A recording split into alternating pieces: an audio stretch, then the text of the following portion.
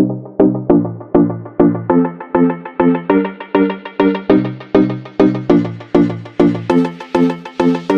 hello and welcome to another episode of our Resurgence podcast.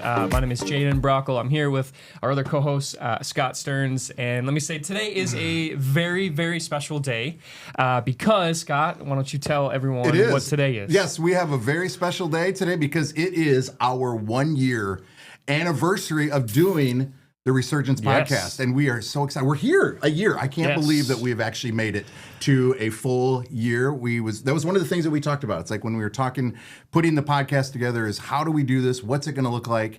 And we've made it a year. 365 days. 365, and so we're excited about today being our 1 year anniversary. So, Jaden, what's on store? What's on tap for today? Yeah, well, first of all, we have a special guest. He told me not to use the term special guest, but I'm going to use the term special guest today if that's all right. Zach is awesome. I have to be honest, Zach, I think you are like one of my most favorite people I have gotten to know in the last year here. So, appreciate it. Thank you. Yeah, we're grateful that you're here. We have Zach Bauer.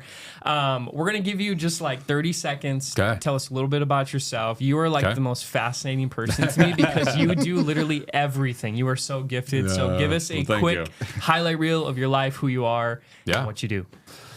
Zach Bauer, married almost 21 years, 3 kids. I grew up in Montana, moved here in 2012 to plant a church. Planted a church called Red Door here. Church planter, marketing background, did marketing I have still been doing it for 20 plus years. Currently work at a company called Rayco Builders, doing all the marketing and sales development with them. And I love to build. I love ministry. I love starting new things. I have an entrepreneurial sickness probably more than anything. So that's kind of my snapshot of who I am and what I enjoy. Yeah, and you're big into CrossFit too. Yep. Yeah, you got me convinced to come to one of your CrossFit gyms a few times, and I'm like, dang, this is intense stuff, man. I'm sure we'll get into it, but I love the concept of community and health and accountability that CrossFit brings. So yeah. Well, we're super grateful that you joined us. This morning. Thanks for having me. It's good to be on. And I love the fact that you're in building because I'm in real estate, so that may be another podcast. We got to let's write that down. Make sure that we get that on board. So we're excited that you're here. Yeah, so, thank you. 1 year, that's awesome. I know. Thank you. That's always a challenge with stuff like this. Is consistency and committing to it and getting through it is a huge accomplishment. So great job. I appreciate it. So it's really funny because we were talking last week about just like the early stages of our podcast. We had no idea what we're doing. We are learning as we go. And some of those first episodes, I'm like, this is awful. Like the quality was so bad. And then now here we are. Sitting at the King's table. We're at the King's table with Caleb, who was a guest of ours. This is his place, the Video Lab. So we're excited to be down here. And I look back on the episodes that we've done, and the very first 2 that we did, we didn't know what we were doing, and our backgrounds, trying to get the backgrounds, obviously we have this, but the one episode, I got it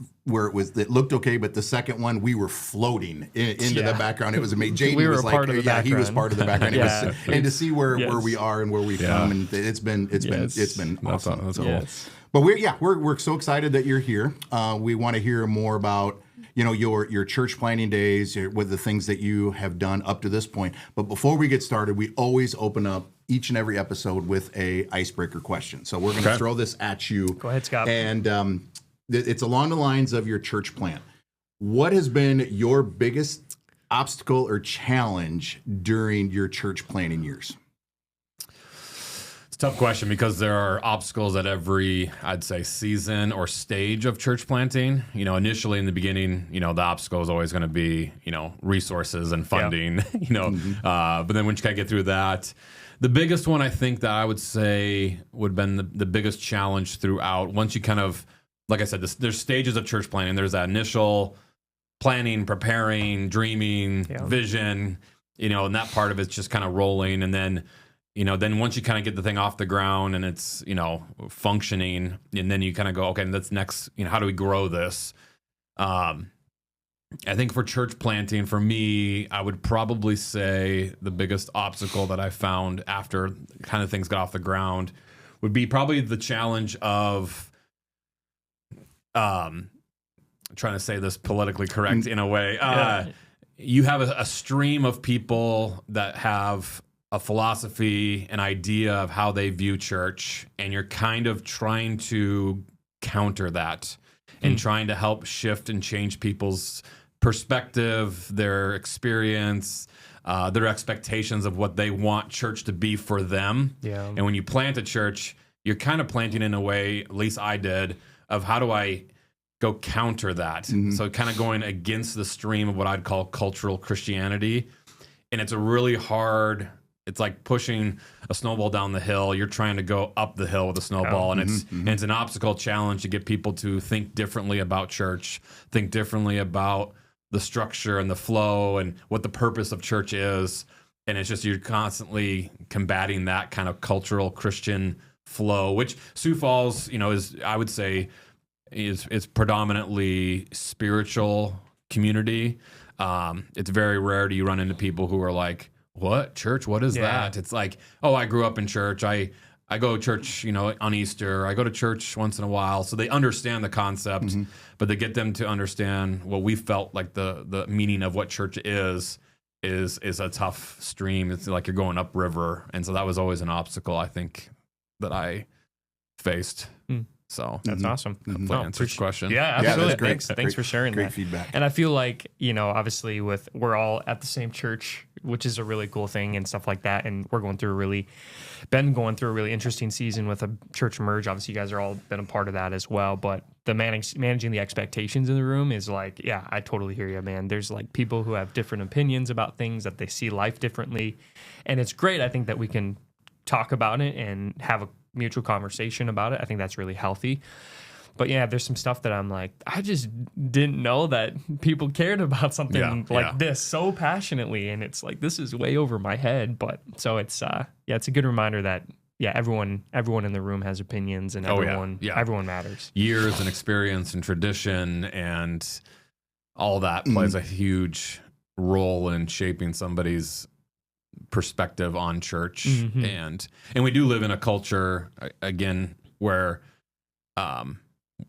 we're so ingrained to have this kind of my way, idea of everything in life. Everything's that kind of that consumer, like, I want this, I want it to look this way, from cars to houses to product we buy. Everything is shaped around what I want. And so we sometimes, I think a lot of times, approach church the same way of like, well, I need this, and this. And so it's hard when you have that element of trying to balance and change and shift things when people have such a strong emphasis on what they prefer. Yep. Well, and you've done a lot of different things. And you kind of mentioned it in your intro that you've done marketing, you've done building, you've planted a church. What would you say was probably the most significant moment of your life that you decided that, church, Christianity, that my faith is important to me, or this is where I want to see my life go? Yeah, I had a pretty big transformation. I grew up in church, what I'd say, a good family, going to church, Sunday school, VBS, and then, but never really made faith a priority or even a personal. I would say it wasn't really a personal thing. It was just, that's my family did this. And then I went through college, got in some trouble in college, and it kind of flipped my world upside down. And it was at that pivot that I was like, I need to take responsibility, understand where am I going with this? If I keep going down this road, I can have serious consequences and challenges in life. And so it was at that pivot that I kind of got plugged into a church. And it was at that point that I was like, man, I really enjoy walking with people. I love the idea of helping one another, serving one another. And so that was kind of the initial on-ramp into ministry, part of a church, like anything, it was like, hey, why don't you start helping out with youth group? And became a youth pastor and all that. And that kind of began that projection of kind of what I felt I was, quote unquote called. Right. I don't like that word per se, but kind of what I felt like I was, destined and purposed for. And then planting kind of helped me understand a little bit more of like, okay, the part of planting is I love that element of creating and designing and building stuff and developing stuff. But at the base of it, is the idea of helping one another, helping people, and walking with people. And that was kind of the core of what I felt ministry and what it meant to be a Christ follower, and what it meant to do ministry was to, link arms with one another and walk through life together.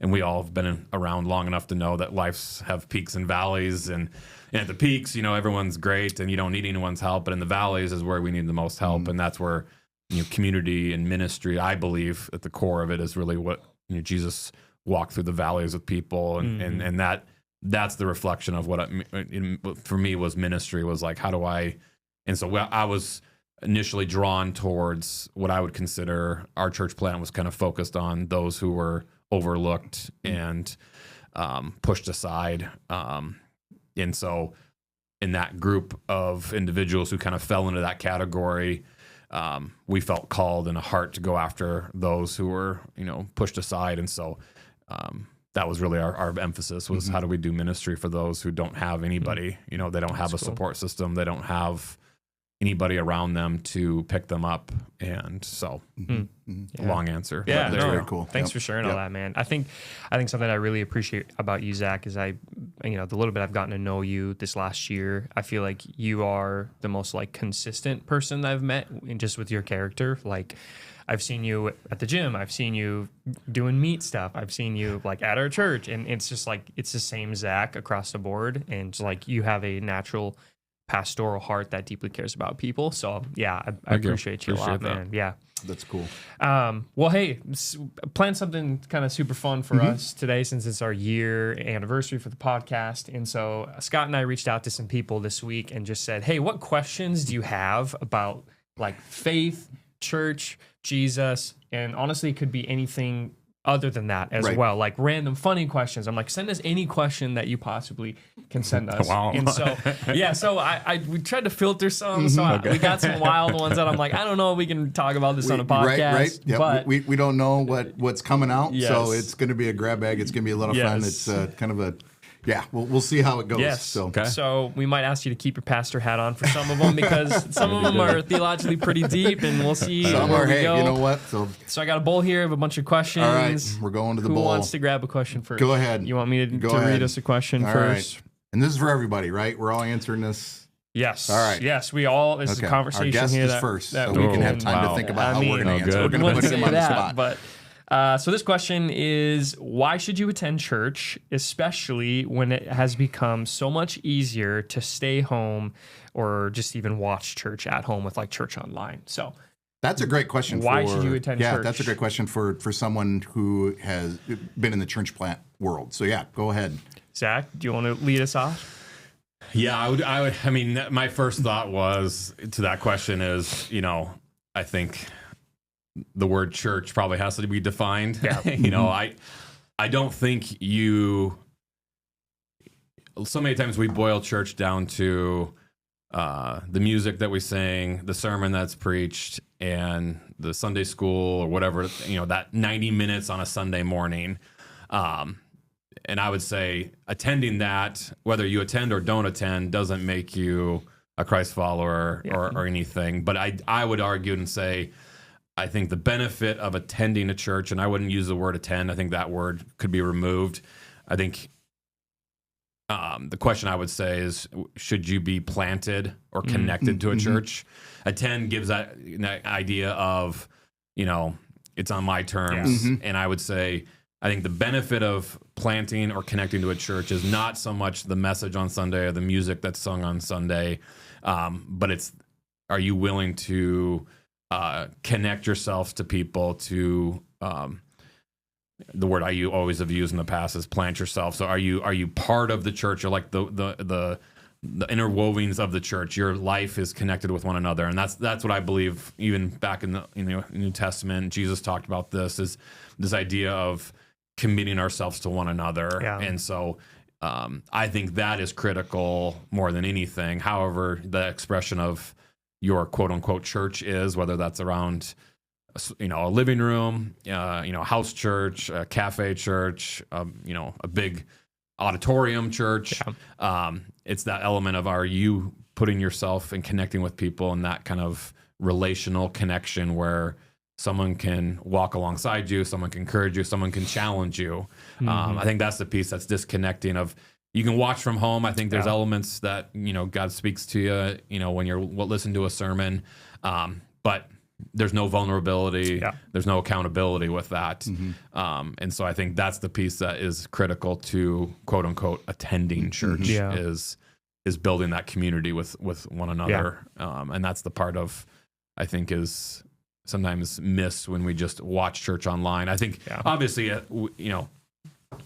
travel, you're homesick. Yeah. Right. There's elements that's still good, but I think, what I always tell is church, when I was planting a church was, church should be messy and it should be, you're putting yourselves out there, and that's the piece of where true community and what church is really about. That's awesome. Yep. One piece I think I'd add to that as well is, as you're talking about the community piece, like I think something, even in these last probably 3 years of my life, like truly started to believe that like community matters a whole lot as you are trying to follow Jesus. I think my very first ministry job out of college, it was a part of a very large church. And so I think I adopted this belief that like I didn't need community, because I'm like, well, I'm in a room full of like 4,000 people. So it's like I'm around people all the time, but I'm like, no, that actually, I wasn't living in community with people. I'm like, I didn't even know these people's names. I didn't even know their stories.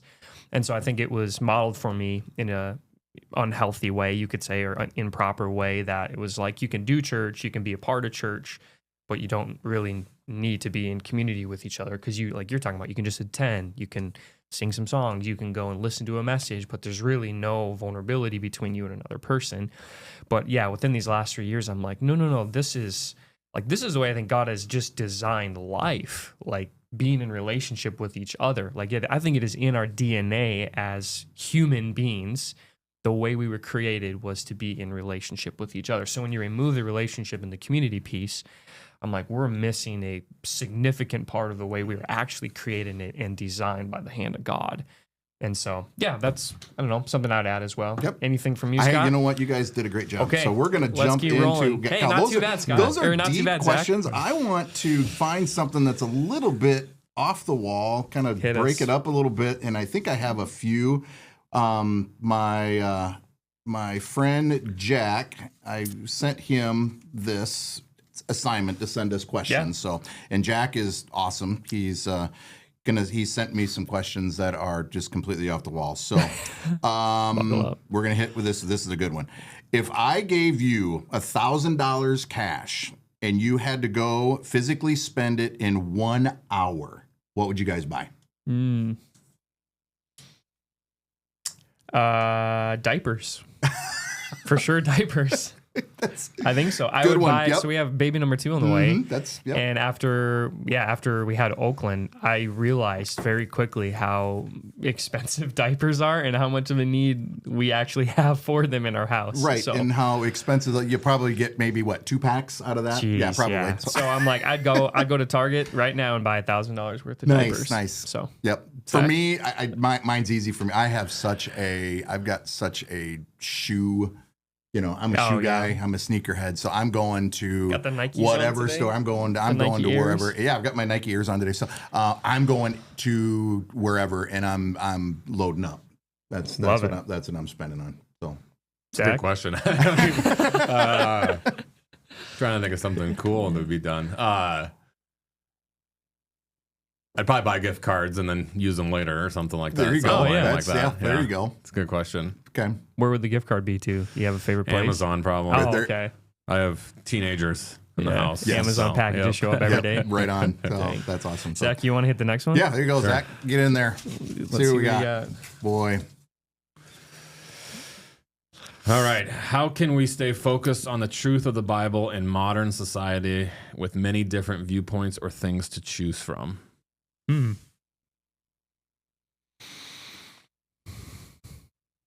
Jaden, deferring. Jeez, I'm thinking. Deferring. I'm thinking. I mean, the first thing that comes to my mind is I think it just matters a whole lot, like what you listen to and who you're around. I think I know there's been relationships and friendships in my life that have had a significant impact on the way that I think or see life, or the lens that I'm looking at life through. And so I think a big way is to make sure that I think the people that I'm around are speaking some of the same language as me. That, I mean, not saying that every single person in my life has to agree with everything that I say, because I do think there is a sense of, you know, people believe different things, and it's actually a healthy thing to have conversation around some of that. But if like the only thing and the only people I'm around is people who are constantly, you know, the analogy of pulling you off of the chair versus you pulling them up on the chair, I think it's sometimes hard to, I think sometimes you lose like the true north. You lose like the truth is this. And so when someone is speaking to you in a way that is unkind, or speaking to you in a way that doesn't align with what God's word says, then I think sometimes it's easier for maybe you to be distracted with a bunch of those different things, whatever they're talking about, I guess. I know that's a terrible answer, but that's just the first thing that came to my mind. Mm-hmm. Mm-hmm. Zach, do you have anything to add? The pastor, put the pastor hat on again. You know, obviously we live in a culture where we're served opinions, perspectives, viewpoints, constantly, social devices. And I think the danger, I would say my initial thought was the danger, I think a lot of times as Christians is we can kind of set out to go battle other people we don't believe with or don't agree with us. And there's so much content out there that we can gather that fuel our opinions and what we would say is true, or things that that are true. And we kind of get siloed, kind of like you said, siloed in this ecosystem of just fueling our want to go challenge you and fix your opinions and fix your ideology, and that we sometimes get off of what the purpose of our life is meant to be, and we get so focused so many times on how can we go challenge society and fix the culture and anti this, and we're gonna go. And I understand there's a stance of standing on truth, but I also go back to what Jesus calls us to do is, you know, deny ourselves, pick up our cross, and follow Him. Like, I think there's enough things in our own life that we probably just need to focus on and handle. Mm-hmm. And sometimes I think we set that stuff, that our own personal struggles, like, oh, I'm going to go challenge Jaden. I saw he posted something, and I'm going to go give him, you know, an earful of what he needs to change.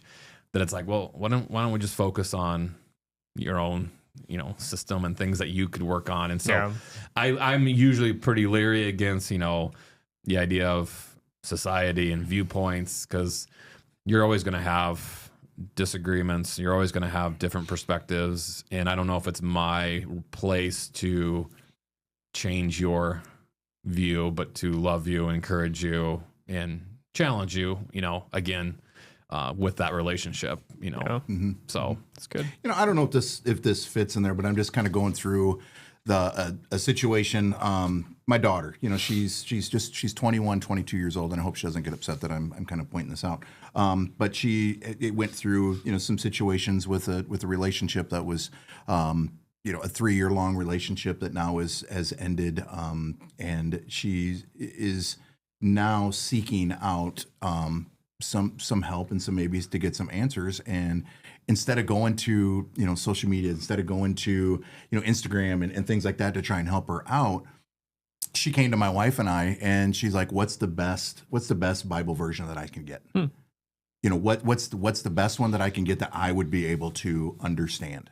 New King James. No, right. Wow. And so I thought that was so poignant for me. It was such a moment of, wow, you know, this is cool. I mean, she's always been ingrained, you know, in her faith and things like that. And then with this particular situation coming up, she's like, you know what, I'm struggling. She's doing awesome, you know, but it's just like, you know what, I need to maybe figure out a way to get through what I'm going through in a positive way, or in a manner that's more that's aligned with my faith. And so for her to ask that was for me, it was really cool. Yeah, that's awesome. Yeah. Wow. How about this one? All right. If you could be sponsored by any brand, which brand would it be? Who are you signing the sponsorship with, boys? I got to go along the lines with Michael Jordan and Kobe and all. I'm going Nike. You know, Nike's got to sponsor me. You know, okay. that's you know, because I feel like I'm kind of on that level. Yeah. Top. You got to be the top dog. I'm going to go with one that's, I think, flies under the radar a lot, and I'm going to be in the minority on this one, but I'd say Puma. Oh, I love Puma. Okay. I'm a big Puma guy. Okay. Shoes, their clothes. It's affordable. Maybe that's why. There you go. There you go. I don't know. I just think their stuff is awesome. Yep. There you go. So there you go. my wife tends to disagree with that. I know, but right. Okay. Puma for sure. I like Unreal. There you go. Yep. I was thinking about that too. Yep. I love Unreal as well. So Michael Jordan, you know, he's the founder or co-chair, whatever he is on that group. So very cool. All right. We got time for how many more? A couple more. All right, we'll do a couple more. Wow, is that grab bag? That's empty. So that must have been for Caleb. There you go. That's for Caleb. The one Caleb's supposed to fill out. Awesome. No, okay. This one's a good one. Maybe this is one we can maybe end on, but we'll see. With the world so divided, how do we as Christians show the unity we have in Christ, even though we are divided by denominations, theology, and politics? Who's going to dig into that one first? Jaden, your last episode that we did that's where I was in along the lines of what you talked about. Yeah, I mean, I just talked about this idea that I feel like we've entered a time in our world where in order to like extend grace and love and kindness to a person, that we have to like agree with each other first. And if we agree with each other, then it's like, oh, I can be your friend. Oh, now I can love you. But I think that is so far from, I mean, what we're called to do as Christians. I mean, as I read through the Gospels, it's like Jesus hung out with people who did not agree with him. Jesus was actually around the people and sought out the people who were very, very different with him. Why? So that he can show these are the people that matter a whole lot. These are the people that my heart cares deeply about. And so I just think the older I get, the verse where it talks about, love your neighbor as yourself, and love God and love your neighbor as yourself. Love God and love your neighbor. I think I think it's really that simple, but also that complex. And it's, I don't know. I really do think that love should be at the forefront of things that we do. I think love is a term that gets thrown around so loosely, and it's confusing for some people because some people say, oh yeah, I love you, but yet you get treated in a way that's like, I don't feel like you love me at all. And so I think the term in and of itself has gotten really confusing for people. But man, my heart anyways is like, you don't have to agree with everything that I say or do, and I don't have to agree with everything that you say or do, but at the end of the day, like, you're a human being just like me. And so I care about you. And maybe that's just the way I'm wired, but I like people. I like being in relationship with people, and I like being in relationship with people who think differently than me, because I think at the end of the day, it does help you as a person to not just get one single message your entire life, but it's like, how do you see this? And what do you think about this? I think is actually helpful at the end of the day. Right. And I think with your church plant, years, I mean, I'm sure that, and even Jaden, when you guys were going through the church combination of what you do now, I would imagine that the different denominations coming into Red Door, that had to be trying to figure out a way to connect all of those. I mean, what would you, I guess, say to that? Yeah, so years ago, I was with a group of other pastors that we were trying to find ways to unify. And so we kind of started this thing called Empower Church Network, and it was bringing churches together, all denominations. And obviously we knew that we had different, beliefs on stances, different political views, different ways we went about church, how we viewed church. But we said, we believe that the church in Sioux Falls, the Big C church, should be unified. And this is kind of before COVID. And then when COVID hit, we kind of came together to do how do we unify together? And so we came together and said, let's not worry about the things that we disagree on. But what can we agree on? And we all agreed that we love people and love our city. Everything else, is put aside, but we come to the table together and we all agree on this. Yeah. And so what happened is kind of to your point, Jaden, is when you can unify around a point that we're all on the same, we all agree on this. What happens is then you establish relationships, and the relationships then pull back the obstacles and the things of like, well, I believe this and you're wrong. It's, now I know your heart. Now I know who you are, and you're a brother, you're a sister, and now I see you differently. And so we can talk about those things, but they don't divide us anymore.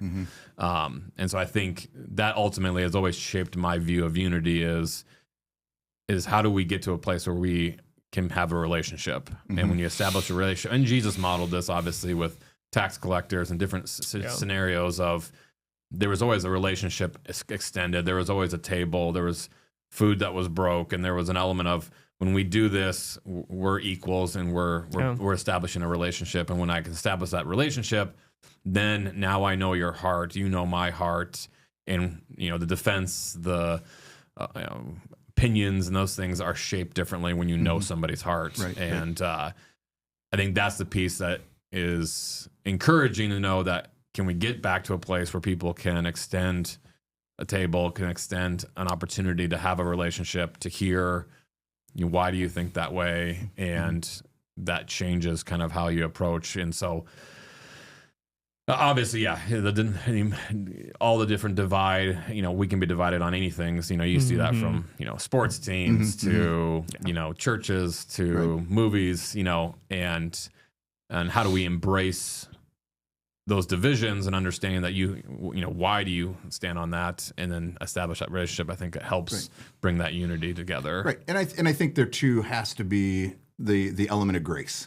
I think we really kind of miss out on the opportunity to really kind of show grace to someone else who might not have the same opinion that we have. And I think if along the lines of, coming together on something that's common, but then also understanding, what you believe, and showing that person just a little bit of grace and love, I think that helps in establishing, those relationships. So that's good. Yep. Yeah, I think a lot of times we view grace as almost like a bag full of coins, and it's like, I'm going to withhold some for you because I like you, agree, but I agree with, so I'm going to extend more to you. That is such a great analogy. And it's that's not the way it works. And and I think sometimes we just like to control the level of amount of grace that we extend and not extend. And it's a challenge, especially when you have someone who is so maybe adamantly opposite of you. That it's hard to view it that way. Right. Dang. Great. Zach, do you want one last question? Bring us home. Sure. We'll let the guest, special guest. We'll let the special guest. Bring us home. He's never going to let you forget that. I know. And we'll let you choose if you want a deep one or just a lighthearted one. There's some deep ones in there. There's some deep ones. There's one. Maybe we can end with something that's a little lighthearted, but we'll see. If you could like one food that you don't currently like, which food would you pick? If you could like one food that you don't currently like, which food would you pick? Dang, that's hard because I like a lot of food. That is true. I'm trying to think through the foods that I don't like that I wish I would like. That is true. So I'll start off because I absolutely hate. My wife knows this and she still makes it. It has nothing to do with her cooking, but it's the traditional Midwest hot dish of tater tot casserole. I think it's the worst thing in the world. We have got some issues there now. I think we can't show this podcast episode. Not a fan of that. Who does not like tater tot casserole? Even your wife's tater tot casserole. I think I grew up with it and just it's never been a thing. But my kids love it. My wife made it this week. Okay. Wow. She can you don't like it. She can invite me over anytime when she's got tater tot casserole. So I'm kind of saying if I could like one food, there you go. We got to do something to change that. Wow, I did not. Wow, I was not expecting. That's good, Zach. Wow. Okay. Man. I think mine would be meatloaf. I think there's some people that I know that like really, really love homemade meatloaf. And like my mom used to make this growing up, and like I'm like, Mom, I do not like meatloaf. I remember as a kid I would like douse the meatloaf in ketchup just to like for me to be able to stomach it and get it down. But I feel like meatloaf, people are like, it is so good. And I'm like, I think it is terrible. So I guess I wish I could like meatloaf to enjoy like what people are actually talking about. Okay. Have you guys had good meatloaf? Do you like meatloaf? I've not had a certain way. I don't like it when some people put like crackers in it. Right, yeah. I don't like it. That kind of stuff. If it's made okay, I don't mind it. Yeah. No, growing up, my mom, she made the best meatloaf. And so I need to figure out how to make, I haven't made it. My kids don't like meatloaf. My wife does. So maybe that's a date night dinner for my wife and I. How about that? Dinner of meatloaf with my wife and I for date night. I'm sure she'd love that. Okay, so mine is I love Mexican food, and I make all the traditional type, and I just for some reason I do not like guacamole. I wish I would agree with that. I wish I could get on board with guacamole. I can't. My wife's like, what is your deal? Is it texture? I don't know what it is. If it's texture, flavor. Color, whatever. It's gotta be color for me. It might be that. I think you're right. I think it might be the texture, but I wish I could so get into guacamole, but I can't do it. Yeah. So. Okay. Yep. Well, it's been such a great episode, Zach. Thank you so much for being here. This has been so much fun.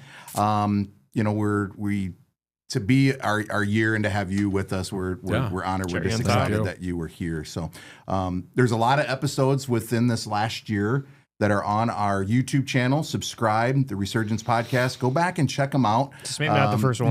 Maybe not the first. You won't be able to tell the difference between me and the backdrop. Exactly. Jaden's going to be floating, but hey, go back and check it out. But there are a lot of episodes now. We appreciate you going back through there.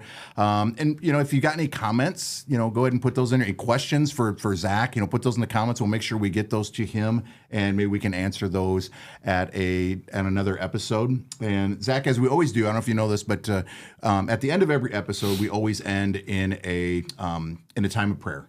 So I don't know, Jaden, if you want to end our time, or Zach, if we want to have Zach, him. But you want to do it? Go for it. Sure. So 1 year. We end in prayer. And again, check us out on YouTube, subscribe, rate, review, do all that stuff. And you've got a prayer request, go ahead and put those in the comments as well. So Jaden, finish us out. Sounds good. God, thank you for today, and we thank you for just another day of life and breath that you've given each one of us. God, truly grateful for Zach and just his life and his friendship. To me, I know personally, it's just been a huge impact on me this last year, and been really cool just to hear more about his story today. And God, would you continually just bless him and his family and just the things that they have going on. I know he's got a lot of irons in the fire, and just would your hand of blessing and favor be on everything that his hands touch, God, and be with us as we depart from this place. And God, help us just to truly step into embodying what it means to follow you as a follower of Jesus, as a Christian, God, to truly embody love and to extend grace. Would you give us the things that we need, and would you empower us to step into that boldly today? God, we love you. In your name I pray. Amen. Amen. Thanks for joining us. We'll see you next time.